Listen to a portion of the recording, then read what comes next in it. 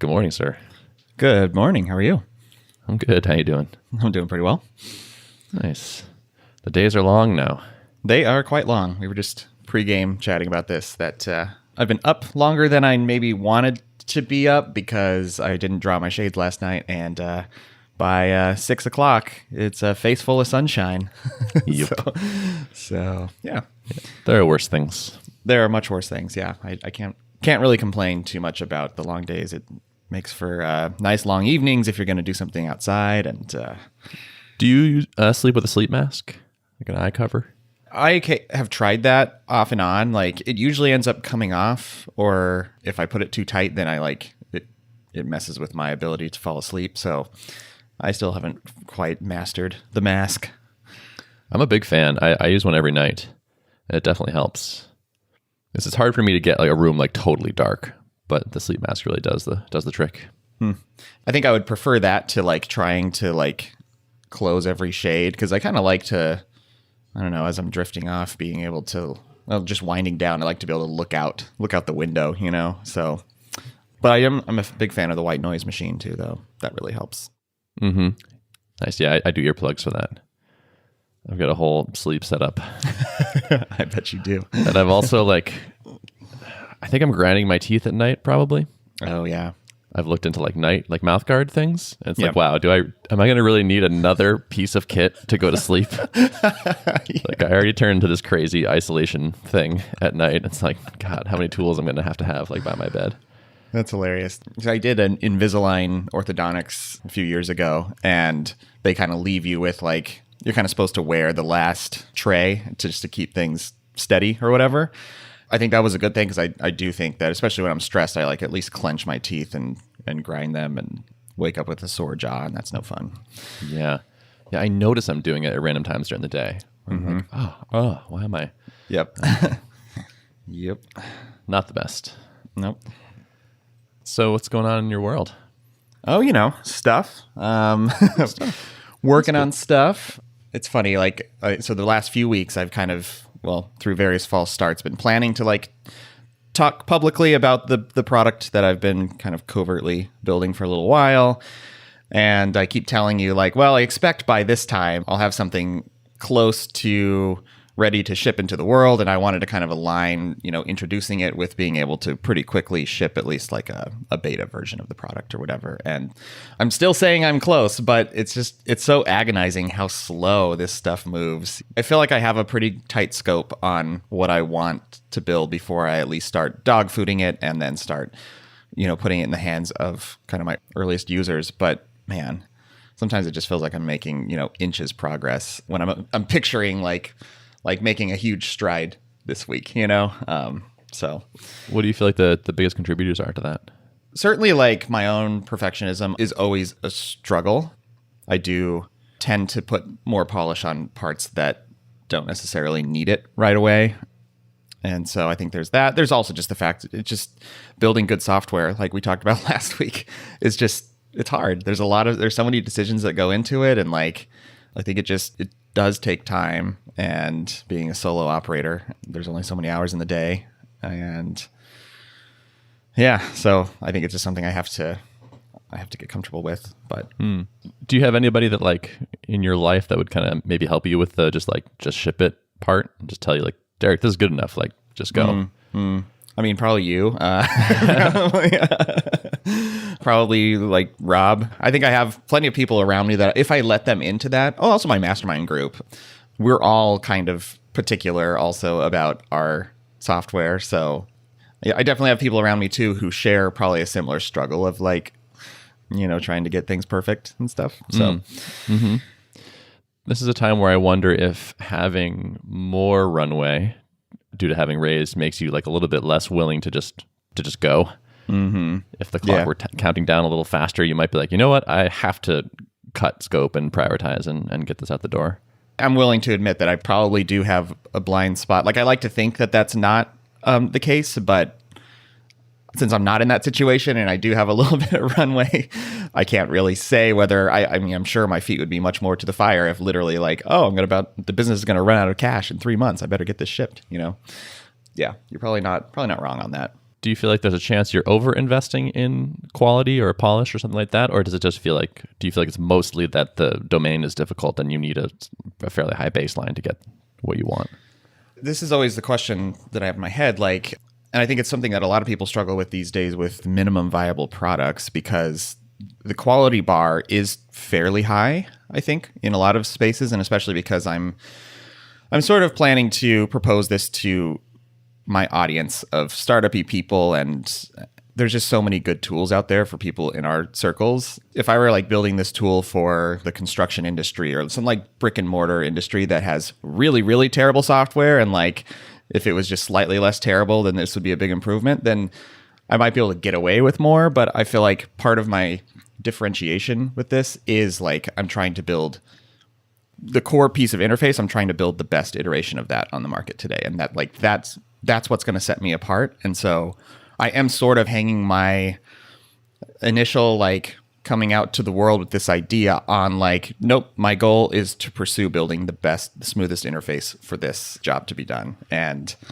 that means I have to invest quite a bit in quality, or else it's going to be like, well, if it's just truly like a duct tape together MVP, then it's like, well, this is not anywhere close to better than what's on the market today. So it's, I can't really use that as my leading innovation, Yeah.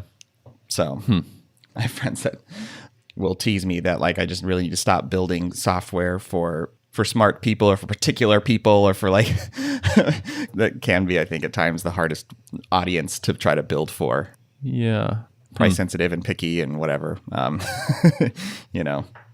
Sure. It sounds like a high bar. Like you're going to build the best version of a thing for people that are very picky about the tool right alone. Right. It's like, wow, that sounds hard. I know. Like I can't imagine just trying to approach like some market that I don't have intense familiarity with, or like is nothing like me, and trying to sell to them like that feels like a big learning curve to get into the mindset of someone completely different than myself. So I'm just I'm stuck in that way where if I'm going to build for people like me, they're going to be pretty particular.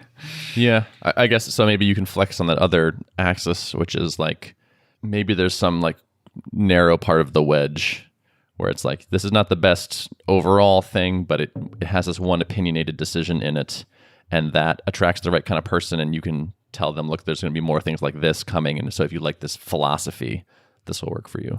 Yeah. I think that's really what I'm angling for. Like I have, you and I have talked offline. Like I have a whole list of different differentiators, innovations, whatever you want to call them, like power user features that have come up in conversations with people as I've kind of vetted the idea. And one, I think that it would be foolish to try to like lead with all of those and say like, I'm going to tackle all these things out of the gate, or at least, overpromise in that direction. Like, I don't think and I also think it will then like lack a bit of clarity. I'm a fan of like identifying like what's the one really important thing that people should care about when thinking about adopting the software, and I got to pick the narrowest thing that I think will be compelling to people and start with that. And yeah, when we were building the Tuple Alpha, I remember being pretty convinced we needed certain features and like certain qualities and a certain latency level and all this. And we committed to a launch date and launched. And I remember just being like fairly embarrassed about the state of the product and like feeling like we were under delivering on these things that we thought were like the core value propositions. And it turned out like what we had built was good enough in a bunch of those areas. And it was like, I thought for sure that this part was not good enough, but people say it's better than what they have. And so it was like, wow, okay, well, I guess that's actually not the highest priority thing to work on right now. It's actually something else. I mean, having built a few products before and knowing that you're often wrong about your assumptions and your priorities and your understanding changes as you actually have people start using it. It's easy to get into that state. So you might want to consider prioritizing, shipping something to somebody. Yeah. It could be that your assessment of the situation isn't even like directed in the right way right now. Yeah. I mean, I suspect that I am off target. Like the number of people who instantly get product market fit right out of the gate, I mean, that's very rare. There's something comforting about that like I think you can do all the interviews, you can do all the diligence, you can gather user information, do the mom test, try to gather all this data. And I think you still don't necessarily come out on the other end with like a perfectly aligned product market fit type of situation. That only comes by actually shipping something into the market and seeing what works in reality. Yep. So even like the failure of something to stick or to resonate is learning. That's data. It's like, okay, I thought these 3 things were important. Nobody cares. Crap. I need another thing or something. Yeah. I think it would be hard not to learn something. Mm-hmm. Do you feel like a date might be helpful? Or are you in like or is that not useful, you think? Yeah. I'm thinking. I think a date would be helpful, but now the obvious next question is, all right, what's the date? And that's where I'm hesitating. Mm-hmm. Yeah. I mean, I wouldn't ask you to like name a date on the fly on a podcast, but like deciding like, okay, I need something in the market by X, I think might be a useful exercise. Yeah. I think I will commit to having a date by the next time we record. Excellent. Cool. Yeah. So I've been talking to some executive coaches. This sounds so fancy. Why are you doing this? I love coaching. One-on-one coaching is my favorite purchase. I get one-on-one coaching whenever I can because my favorite thing is getting better at something. Like I just find that to be the most interesting, satisfying use of life, basically, is improvement in anything that I'm into at the time. And like one-on-one coaching is just like mainlining improvement.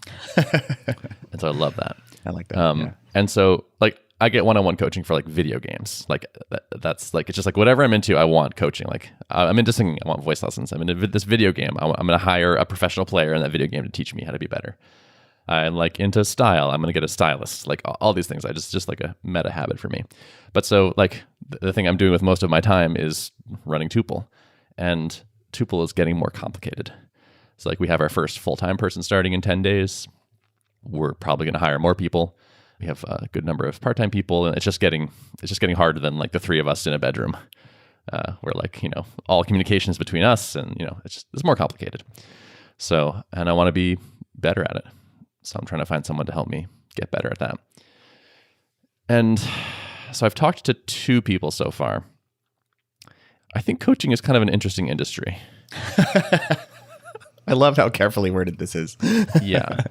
So like an executive coach with a bunch of experience wants to charge you like $25,000 for 6 months of coaching, where they meet with you basically once a week, or maybe less, often less. So they want to charge you basically like $1,000 to $2,000 an hour for like Zoom calls, which I think is, kudos to them for charging more and understanding that like the company is paying for it, right? So it's like you charge company rates, not like individual rates.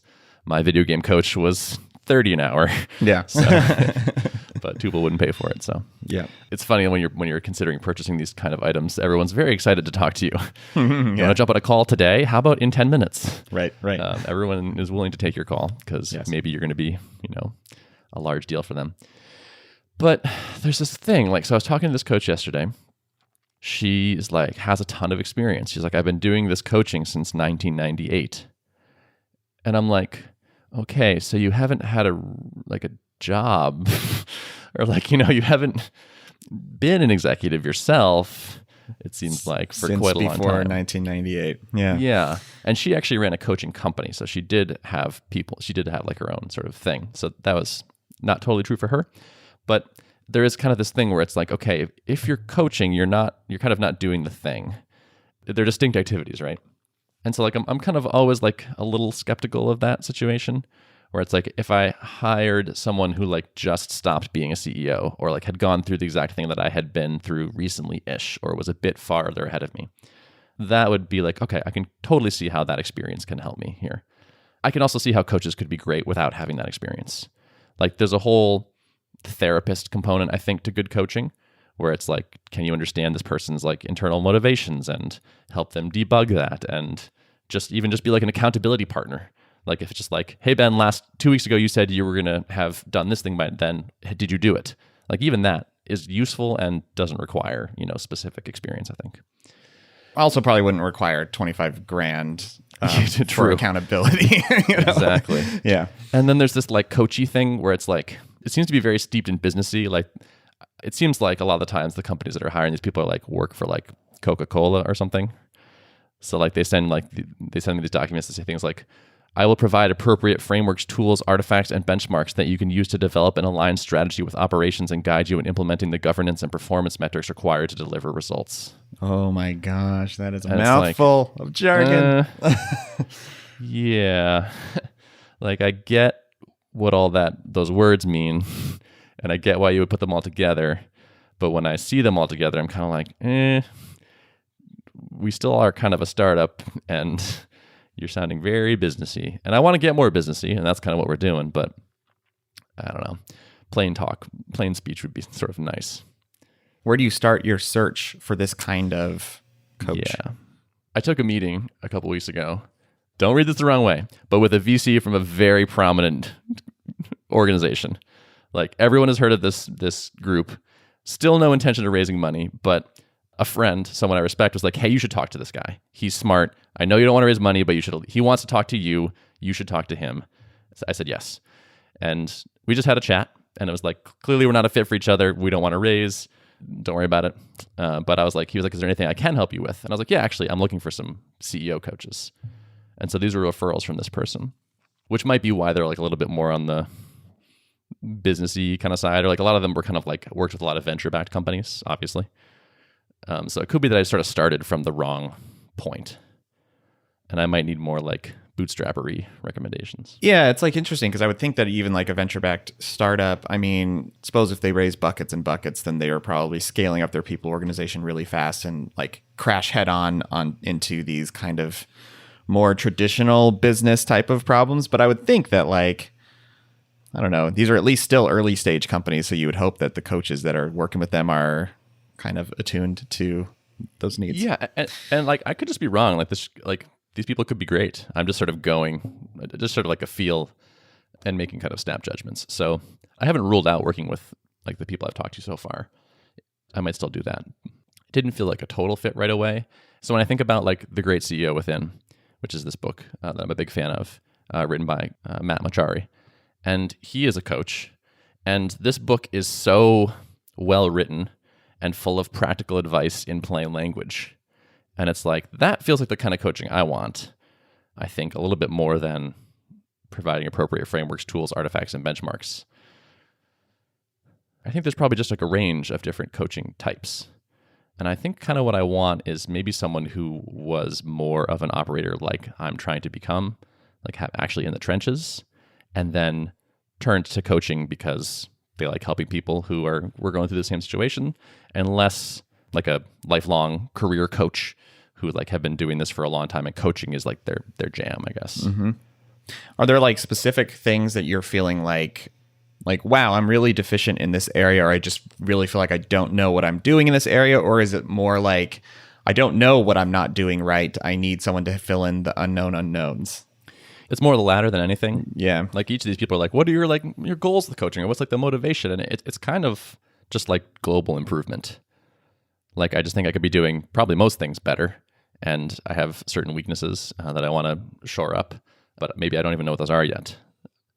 I think one thing that some of these coaches do is like they talk to your team, like they do like a kind of a 360 review, and they like get feedback from the people you work with. And then they say, okay, turns out everyone thinks you suck at this.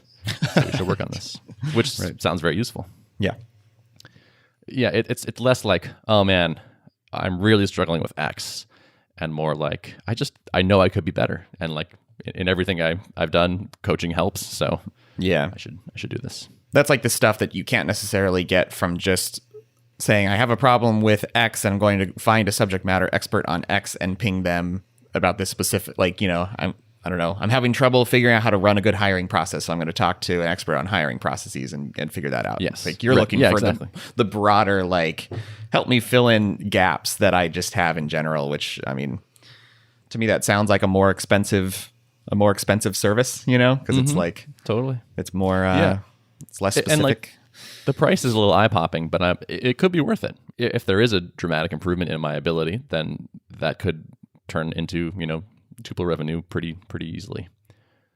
I was a little bit shocked at the price originally, but maybe it's justifiable. I don't know. Well, I think it's pretty cool that you are thinking about this at this stage, because you guys aren't huge yet in terms of headcount, at least. Like, my guess would be that a lot of times this happens much further down the line when there's already lots of like challenges in the organization, and like I would think that this kind of thing happens as like a crisis lifeline of like, my business is completely out of control and I don't know what I'm doing, So I like this like proactive, it's good.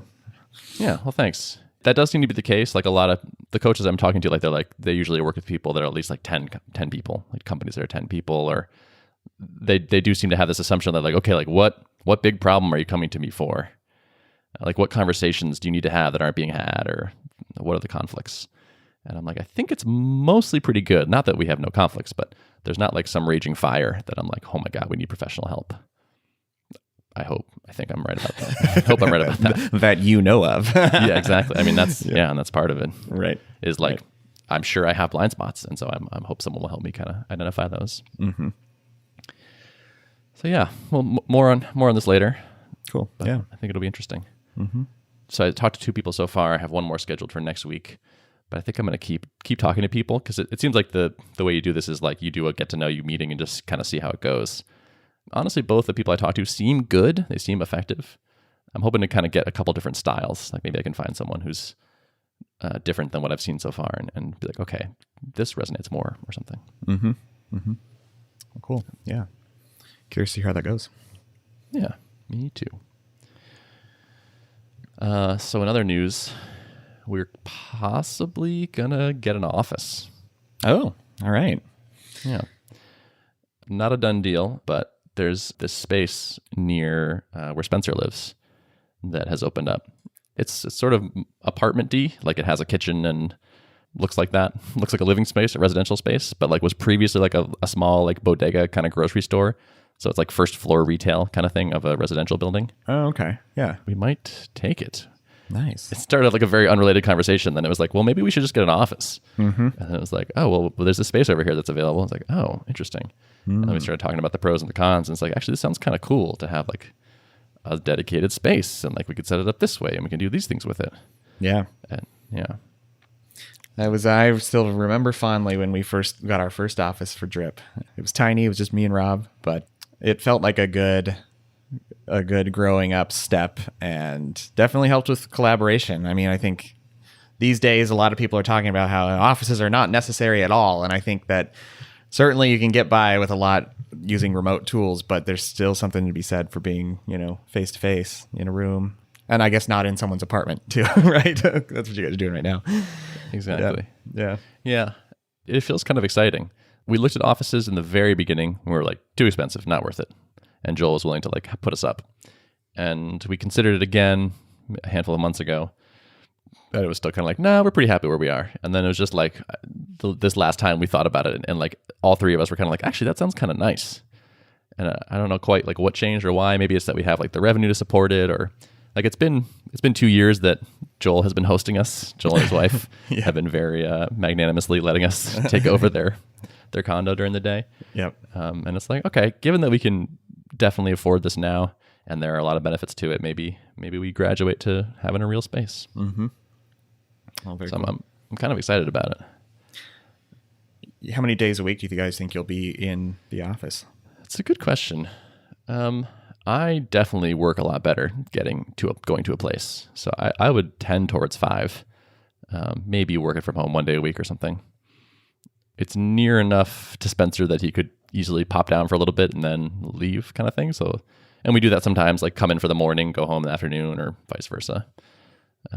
So yeah, it's near the climbing gym that we went to when you could go to climbing gyms, which maybe one day will be a thing again. Yeah. And it's next to a park and it's dog friendly and all that. So there's some nice benefits to it. That's cool. Yeah.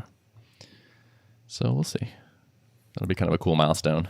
Yeah, for sure. And I wonder if like real estate is or like renting commercial spaces is at a discount right now, given the state of the world. Yeah. This was originally going to be rented to somebody, and then that fell through because of COVID reasons. Yep. So part of the reason it's available is that. It's interesting to see our work life shifting around. Like, I sort of knew it was the good old days when it was like the three of us in the bedroom. And like I tried to like take pictures and appreciate it and enjoy it. And I did, but also now I already kind of feel nostalgia for it.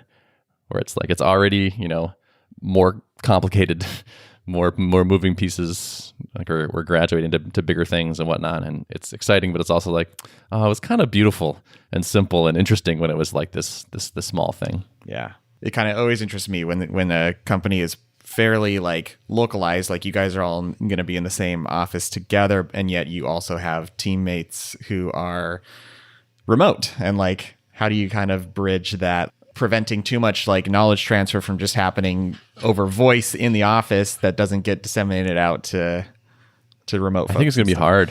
Yeah. I think it's going to be a real challenge. This is actually one of the things that I'm hoping to have like the coach help me with. Yeah. Is making sure our processes around that are good. Mm-hmm. When we're able, I'd like to do, pretty regular face-to-face meetings, like get-togethers.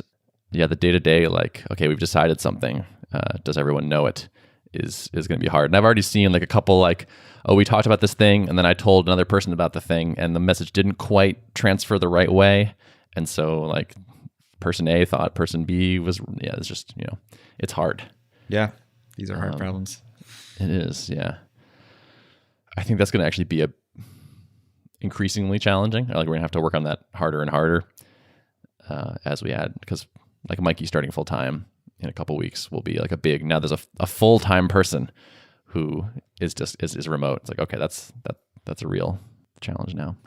How has like Twist been working out for, like, does it get used a lot? Does it mostly happen through, most communication happen through other channels, or like? We use Twist a fair amount, yeah.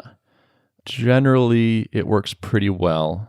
Putting stuff in writing in a threaded form is like a pretty good way of not getting the message messed up.